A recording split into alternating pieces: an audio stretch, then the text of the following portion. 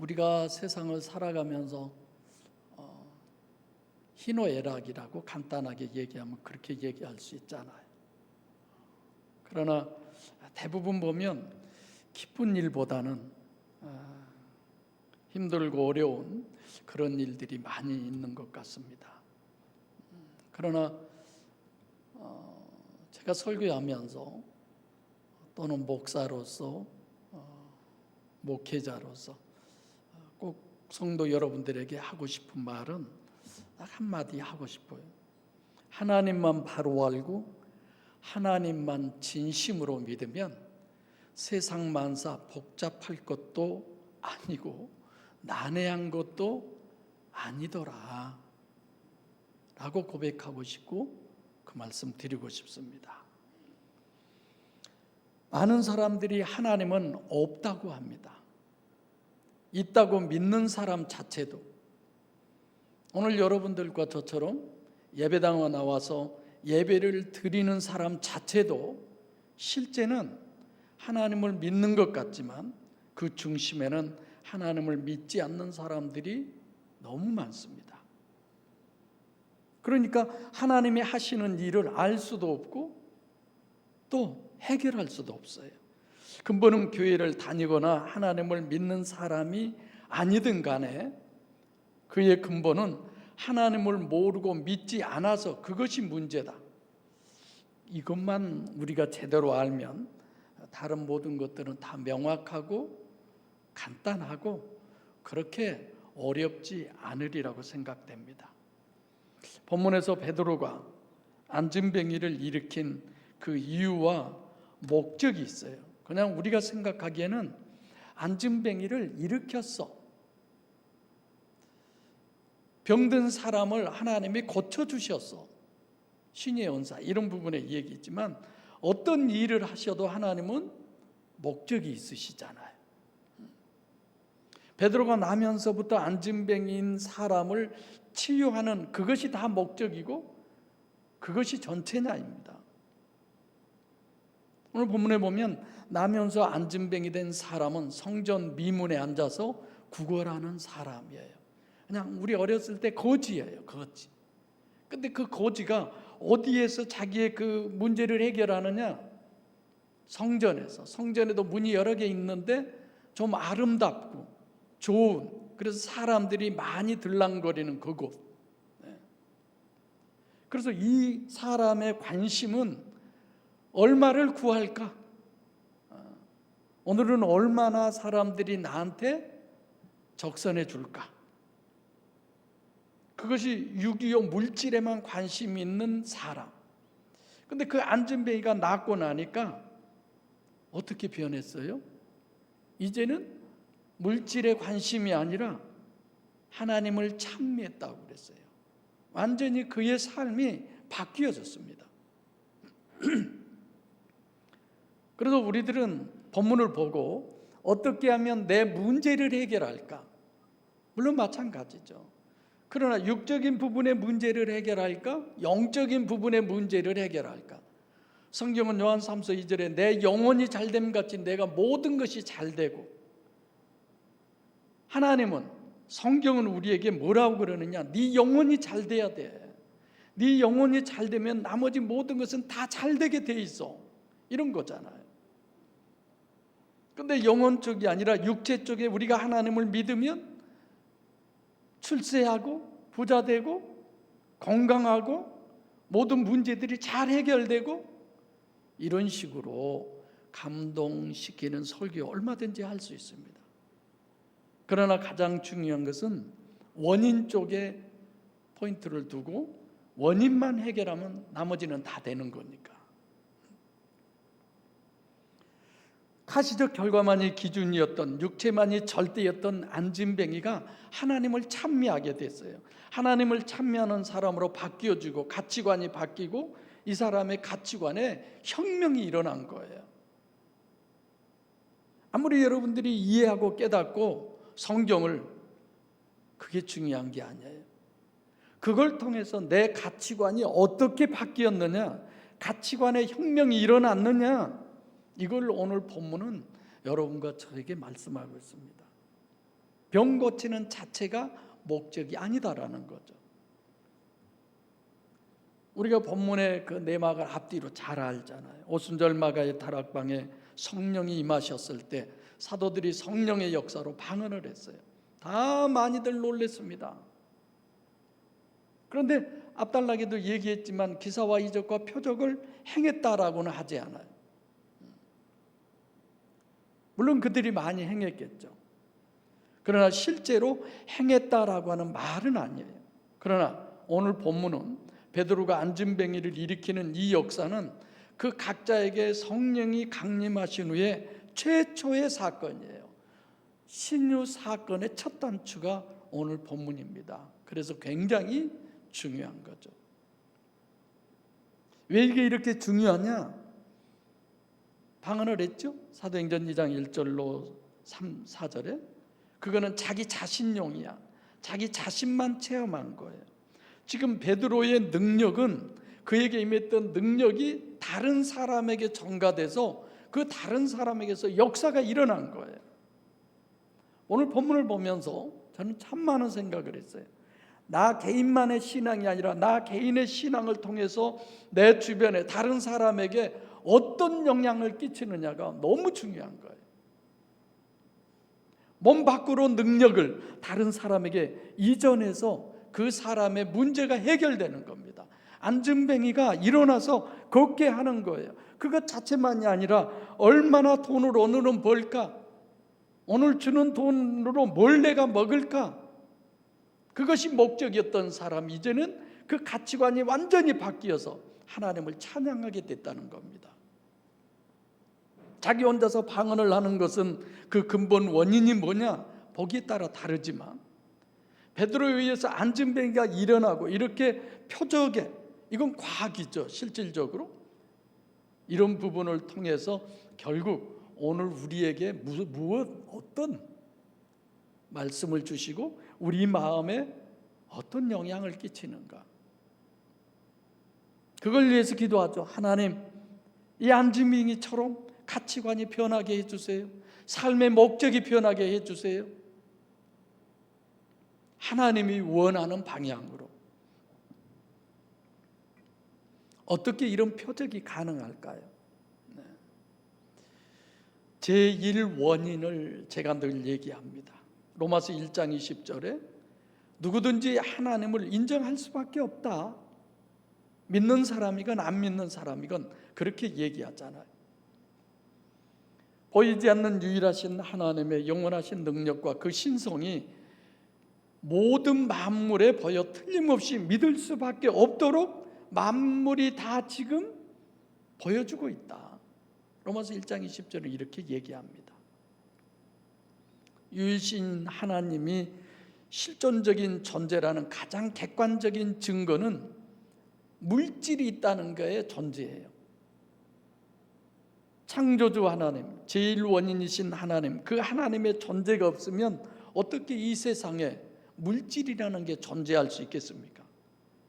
특별 계시인 성경을 보는 사람만 하나님을 계시하고 믿고 그런 문제가 아니잖아요. 누구든지 하나님이 계신다는 것을 핑계할 수 없다라고 성경은 우리에게 얘기하고 있어요. 그러면 하나님이 계시죠? 그런다면 천국은 있을 수밖에 없어요. 지옥도 있을 수밖에 없어요. 하나님이 계시면 창조론이 맞습니다. 창조했으면 분명히 창조했던 것에 대한 언젠가는 종말은 필연이에요. 성경 보시면 하나님이 언제 심판을 하시는지 그걸 계속 얘기하고 있잖아요. 언제 심판을 하느냐? 누가복음 4장 6절에 보면 이 세상을 누구에게 맡겼어요? 마귀에게. 그렇기 때문에 인류의 역사는 선할 수 없고 의로울 수 없는 거예요. 마귀가 지배하는 세상이 어떻게 선하고 의로울 수 있습니까? 근데 이것 역시도 하나님은 하나님의 목적을 위해서 마귀를 허용하시는 거예요.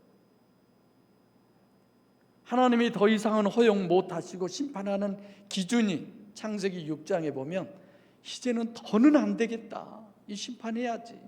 벌 주어야지. 그래서 소돔 고모라도 그러잖아요. 아브라함과 하나님과의 대화에서 결국은 의인 10명만 있어도 내가 심판하지 않겠다. 창세기 15장에 하나님께서 아브라함에게 네 자손이 이방에 가서 4대 만에 다시 돌아온다. 그러면 왜 그때 오느냐? 아직 가나안의 죄가 관영하지 못해서. 가나안에 더 이상 하나님이 용납할 수 없는 죄가 관영하면 그때 심판하시겠다는 거예요. 그것에 맞춰서 너희가 출애굽을 해서 가나안을 정복해서 싹 쓸어버리게 하는 하나님의 마스터 플랜이다는 거죠. 현재를 보세요. 오늘날을 보세요. 바벨탑은 안 된다고 성경은 얘기하잖아요.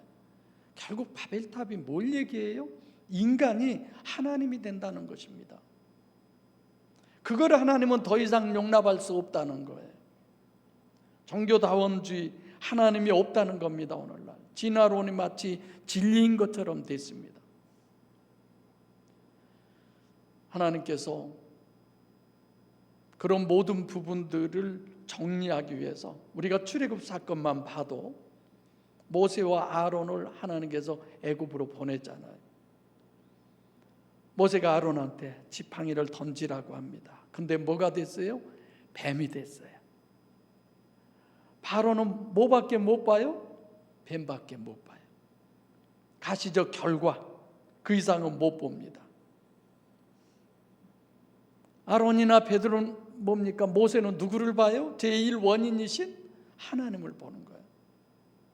하나님이 아니면 자기가 짚고 다닌 그 지팡이가 저렇게 뱀이 될 수 없다는 것. 요한복음 2장에도 가나 혼인잔치에서 포도주가 다 떨어졌어요. 예수님이 두세 통 들은 돌 항아리 6에 그 하인들에게 물을 갖다 부으라고 했습니다. 부었어요. 그 물을 떠다 연회장에 도로 갖다 주라고 했습니다. 웬걸 처음 포도주보다 더 맛있는 포도주가 됐어요. 그 종들은 뭐밖에 못 봐요? 자기들이 행했던 그것 자체밖에 못 봐요. 성경이 왜 이런 내용을 얘기합니까? 원인을 우리에게 얘기한 거죠. 원인을. 여러분들과 제 삶의 원인이 내가 건강해서, 내가 지혜가 충만해서, 내가 분별을 잘해서, 내가 어떤 인간관계가 좋아서 그런 겁니까? 보리떡 5개와 물고기 2마리로 5,000명을 먹이셨어요. 먹은 사람들은 떡이나 물고기밖에 모릅니다. 원인을 몰라요. 지금 안진뱅이가 일어났어요. 백성들은 안진뱅이였던 것만 알고 일어나서 걷는 것만 보는 것이지 그 이상은 알지 못하는. 이렇게 가시적 결과만 보는 사람은 신비하고 우연이고 어떻게 해서 이런 일이 일어났지? 그건 잘 모르는 거죠. 근데 이런 가시적 결과만 기준인 사람, 보이는 것이 기준인 사람이 알 수 있는 원인은 뭐밖에 몰라요? 제1차 원인밖에 모르는 거죠. 지팡이가 뱀이 된 것은 아론은 알아요. 원인이 이 아론도 누구까지밖에 몰라요? 모세까지밖에 몰라요. 모세는 누구를 알아요? 하나님을 아는 거죠. 연회장에 포도주를 갖다 준 것도, 보리떡 5개와 물고기 2마리도 다들 원인은 1차 원인밖에 모르는 거예요. 가장 근본된 원인. 지금 이 안진뱅이도 자기가 일어나게 된 것은 뭐예요? 보이는 베드로까지만 아는 거예요. 저 사람이 내 손을 잡고 일으키니까 내가 일어났어. 이런 거잖아요.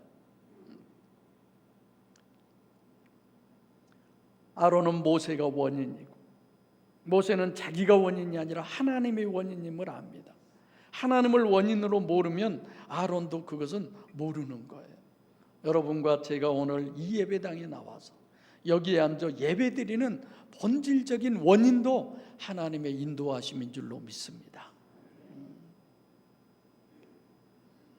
베드로가 원인이 아니에요. 베드로가 안진뱅이를 오늘 본문에서 일으킬 수 있었던 것은 결국은 나사렛 예수 그리스도 이름으로 일어나 걸으라고 하는 제1원인을 얘기합니다.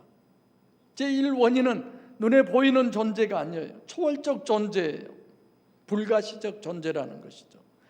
보이는 게 아니고 물리적 존재가 아니라는 것입니다. 근데 봐보세요. 하나님께서 아담에게도 너 선악과 먹지 마라. 먹으면 정령 죽으리라고 그랬어요. 그런데 선악과 먹었어요.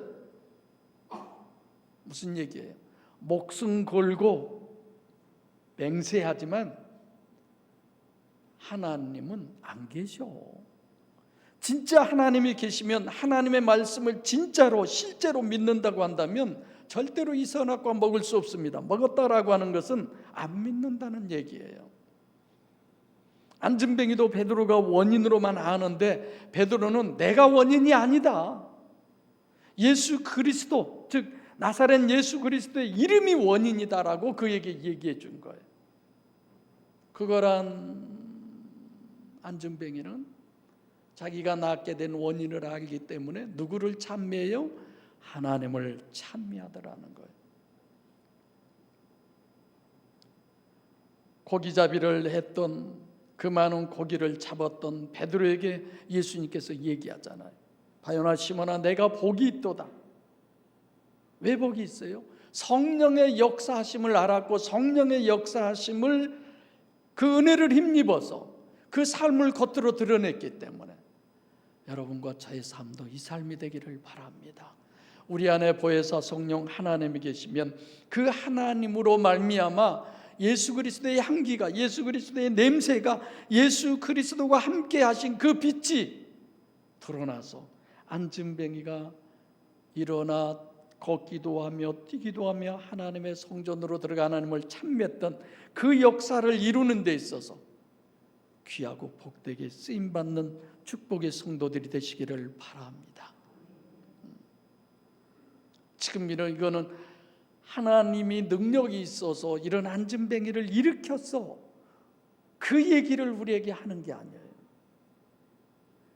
하나님이 함께 하시니까 어떤 역사가 일어났는가, 하나님의 증인이 됐던 것입니다. 불순종의 사람이 순종의 사람이 되고, 불신앙의 사람이 신앙의 사람이 되고, 그거는 저 예수 안 믿는 신앙이 없는 누군가가 아니라 바로 바로 여러분 한 사람 한 사람에게 주님은 이 말씀을 지금 하시는 거예요. 우리가 너무 잘 알잖아요.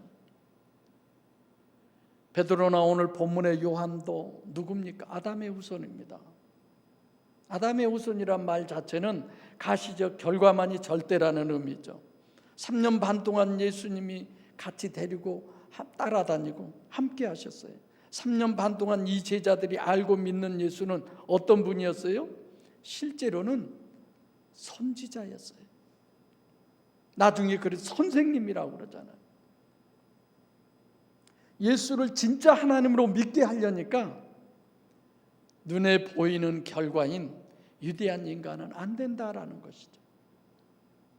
그래서 마태복음 26장 31절로 33절에 아담 후손으로 믿었던 예수는 지워버려라, 스칸달리저 해라. 아무든지 나를 따라오려거든 자기를 부인하고 자기 십자가를 지라고 하신 그 대목 중에 중요한 내용이에요. 싹 지워버린 다음에 부활 예수를 만나라는 것입니다. 부활하신 주님은 모습이 전혀 다른 분이잖아요. 시공을 초월하는 분이잖아요. 이렇게 부활한 분이 육신의 예수 그분이다, 그걸 믿게 하기 위해서 육신을 입고 이 땅에 오신 거잖아요. 왜 예수 그리스도라고 그러지 않고 나사렛이라는 이 지명을 거기에 넣었을까요? 왜 여기를 강조했을까요? 나사렛 예수라는 말은 육신의 인간 예수를 강조한 거예요. 그 육신의 인간 예수가 실체였던 것처럼 지금 베드로 안에 예수 그리스도 이름으로 일어나 걸으라고, 예수 그리스도의 그 이름이 실체라는 얘기입니다. 할렐루야. 그 실체이신 주님이 저에게, 여러분에게도 임하시기를 바랍니다. 그래서 그 실제이신 그분의 능력으로 우리는 이 세상을 살아내야 돼요. 이게 거룩한 성도, 이게 구별된 성도예요. 이게 믿는 자와 믿지 않는 자의 다른 점이에요. 제자들은 완전한 실제인 인간 예수인 나사렛 예수를 먼저 믿었어요. 근데 그들은 선지자로 믿었었잖아요. 이번에는 그걸 지워버리라는 거예요. 십자가에 죽으시고 완전히 지우고 부활하신 전혀 다른 나사렛 예수 그리스도의 이름이다. 이 이름은 실제지만 안 보이는 존재다. 이걸 우리에게 얘기하는 거죠.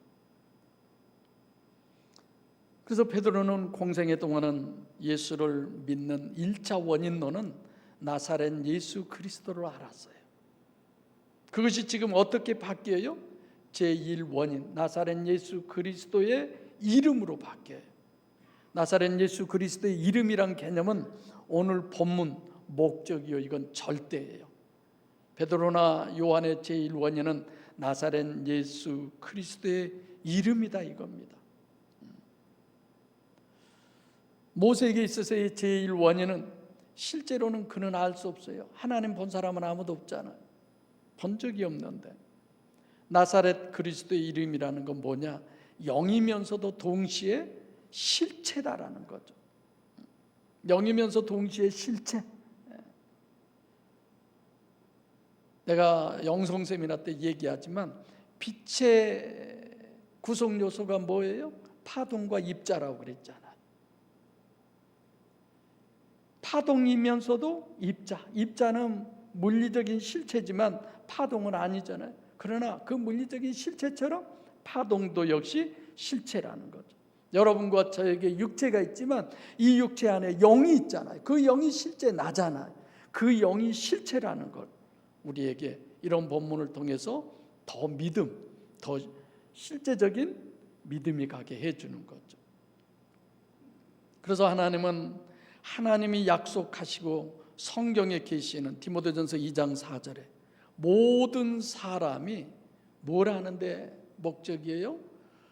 구원받는 것이 하나님의 목적이에요. 죄 사함의 문제는 예레미야 31장 34절에 기억도 하지 않는다고 그랬잖아요. 하나님이 용서해 주시면 기억도 하지 않는다. 이걸 많은 사람들은 사람에게 비유해서 어떻게 하나님이 전능하신데 기억을 하지 않을 수 있느냐? 말도 안 되는 소리다. 아니요, 전능하니까 기억을 안 하시죠. 우리는 전능하지 못하니까 어느 가수의 노래 가사처럼 잊어야지, 이제 그까짓 건 못 잊을까 봐 잊어집니까? 그럴 수 없잖아요. 오늘 아침에는 지나온 어느 성도 중에 한 분이 언젠가 했던 얘기가 기억이 났어요.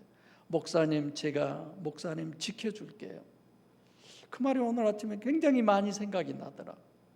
어떤 부분으로 어떻게 저를 지켜주는지 모르지만 우리 장권사님 밤이고 낮이고 새벽이고 맨날 내기도 해주시죠. 네?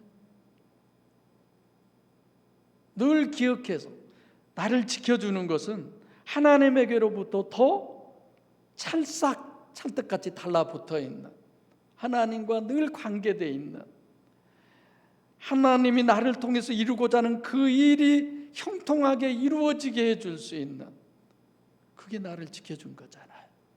할렐루야. 전능하시기 때문에 하나님은 우리가 지은 죄를 용서하시면 다시는 기억하지 못합니다. 불가항력적이라는 것은 자기가 무슨 노력을 하고 결단한다고 해서 되는 게 아니에요. 여러분과 저는 육체가 절대고 눈에 보이는 결과가 절대고 다른 방법이 없는 사람들이에요. 이걸 전제로 해서 우리가 생각해야 합니다. 이스라엘 백성들 봐보세요. 10가지 재앙을 통해서 애굽에서 건져냈잖아요. 낮에는 구름 기둥이 지켜주고 밤에는 불 기둥이 지켜주고 날마다 만나가 내려와서 고기 먹고 싶다고 하니까 메추라기를 보내주고, 그들이 홍해를 건너서 미디안문 북치고 장구치며 하나님을 찬양했어요. 그런데 그들이 누구를 찾았어요? 40일 기도하러 갔던 모세가 안 보이니까 우리를 인도하던 모세는 어디 갔냐 이거예요. 여러분들과 저를 인도하신 분은 하나님이심을 아시기 바랍니다. 자기들도 하나님을 믿은 줄 알았어요. 그래서 홍해를 건너서 그 모든 역사를 다 하나님이 하신 줄 알았어요. 그런데 실제로는 믿는 것은 모세를 믿었어요. 그리고 급기야 뭘 만들어요? 금송아지를 만드는 거예요. 인간은 보이지 않는 하나님을 실제로 믿는 것은 불가능하다는 걸 성경은 우리에게 얘기를 해요. 그래서 아담도 목숨 걸고 선악과를 먹어버렸잖아요. 이게 인간이에요. 아담과 하와를 보세요. 보이지 않는 하나님을 실제로 믿어지지 않으니까 실제로는 뱀을 신뢰하고, 하나님 믿는 건 관념이었잖아요. 우리가 지난번에 성경 일독을 거의 다 하셨지만 구약 성경을 보면 이해 안 가는 부분이 많잖아요. 하나님이 십계명을 주셨고 출애굽을 시켰고 광야에서 40년 전쟁 때마다 하나님이 개입해서 역사하시고, 그렇게 하나님이 역사하셨는데 말 안 듣다가 사사기에 와서 하나님이 매 때리면 하나님 잘못했습니다 어쩌고 저쩌고 해서 또 구원해 주시면 또 금방 바알을 섬기고 무슨 아세라 목상을 섬기고, 왜 이럴까요? 하나님이 안 보여서. 믿는 것 같지만 실제는 아닌 거야. 바알의 우상, 아세라 목상 눈에 훤히 보이는 거야. 그게 더 믿어지는 거야. 이게 우리들이 드려야 할 기도입니다. 하나님, 보이지 않는 하나님이 보여지는 그 믿음을 주세요.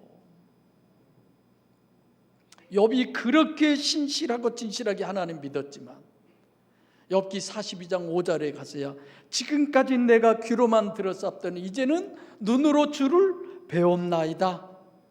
아멘이죠? 이게 우리들의 신앙이어야 돼요. 왜 하나님이 육신을 입고 이 땅에 오셨느냐면 보이지 않으면 믿지를 않는 여러분과 저의 약점이 있기 때문에 그걸 보완해 주시려고. 그래서 요한복음 6장 18절에 본래 하나님을 본 사람이 없으되 아버지 품속에 독생하신 예수 그리스도가 나타나셨다. 아무리 구약에 하나님이 역사하고 해도 안 믿는 거야. 그래서 하나님이 육신을 입고 이 땅에 오신 분이 예수님이잖아. 그래서 그분을 보고 믿었습니까? 하나님이 아니라고 하나님을 죽여버렸잖아요.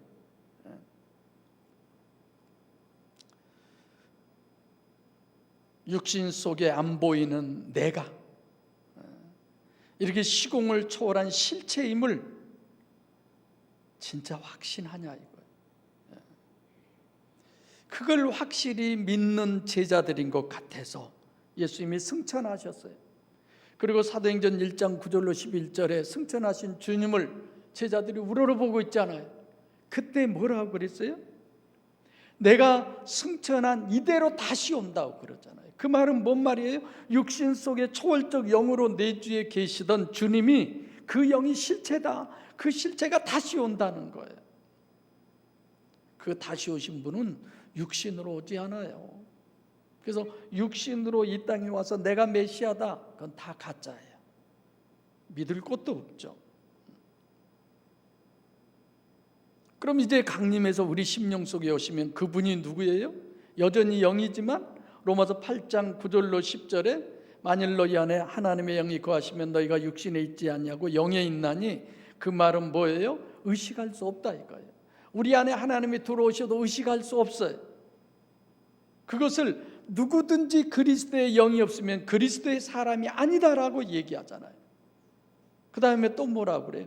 그리스도께서 너희 안에 계시면, 이건 지금 베드로 안에 주님이 들어와 계신 거죠. 보혜자 성령으로. 그래서 베드로가 얘기하잖아요. 은과 금은 내게 없거니와. 이게 뭐예요? 실체예요. 영성 세미나 때 너무 잘 들었지만, 그러나 그것이 물리적인 실체예요. 근데 은과 금은 내게 없지만 내게 있는 것으로 내게 주노니 그 은과 금이 실제인 것처럼 내게 실체가 있다. 그게 뭐냐? 나사렛 예수 그리스도의 이름이라는 것입니다.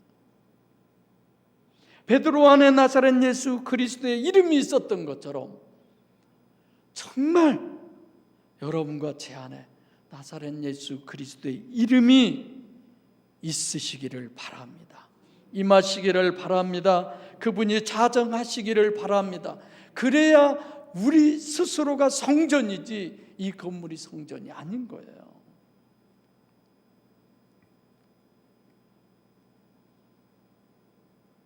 지금 베드로 안에 보혜사 성령 하나님이 계셔서 베드로가 안진뱅이를 손으로 일으키는 것입니다. 실제로는 누가 일으켜요? 우리가 보기에는 베드로가 일으키지만 그 베드로 안에 있는 예수 이름이 그를 일으키는 거죠. 하나님은 우리를 구원하는 것이 목적이십니다. 하나님의 목적은 오직 구원만이 절대예요. 근데 그 구원이 그렇게 쉽습니까? 교회만 가면 다 구원받습니까? 교회 가서 등록만 하면 하늘나라 생명책에 그 이름이 기록됩니까? 그렇게 쉽게들 생각하니까 구원은 기본이고 이건 정말 지옥 가게 하는 끔찍한 논리예요. 누굴 구원하느냐? 하나님은 여러분과 저와 같은 눈에 보이는 결과만이 기준인 사람한테 구원이 와야 돼. 그것이 실제여야지 관념이어서는 안 되잖아. 그래서 예수님이 그러시잖아요. 고라신과 벳세다가 심판받을 때에 더 박살난다고 그러잖아요. 삼일째 하나님을 믿지 아니하고 유일신이 실제가 아닌 사람, 이건 심각한 거예요. 하나님은 내 심령을 구원하시는 거지 육체를 구원하는 게 아니잖아요. 원죄에서 구원하시는 것이지 자범죄에서 구원하는 게 아니잖아요. 그래서 실제가 돼야 됩니다. 마태복음 11장 5절로 복음서에서 신유 역사이든 지금 베드로가 안진뱅이를 일으키는 서신서에서의 처음이든 병 고치는 것 자체가 일으키는 것 자체가 목적이 아니다. 지금 안진뱅이는 아담의 후손이요 실질적으로 영적으로 죽은 사람이에요. 다른 사람들이 들 것에 들고 왔어요. 그 죽은 사람을 죽은 영을 살리는 것을 지금 보이는 것으로 설명해 주는 겁니다. 성육신하신 신인 메시아의 구원은 여러분과 저의 영혼 구원이에요. 네 영혼이 영혼이 잘 되는 게 뭡니까? 구원을 받는 거잖아요. 구원파 아니에요. 구원하니까. 내 영혼이 잘 되는 것은 내 안에 하나님이 임재하셔서 내가 성전이 되는 것입니다. 하나님과 관계가 되는, 하나님을 모시는 하나님의 집이 되는 거예요.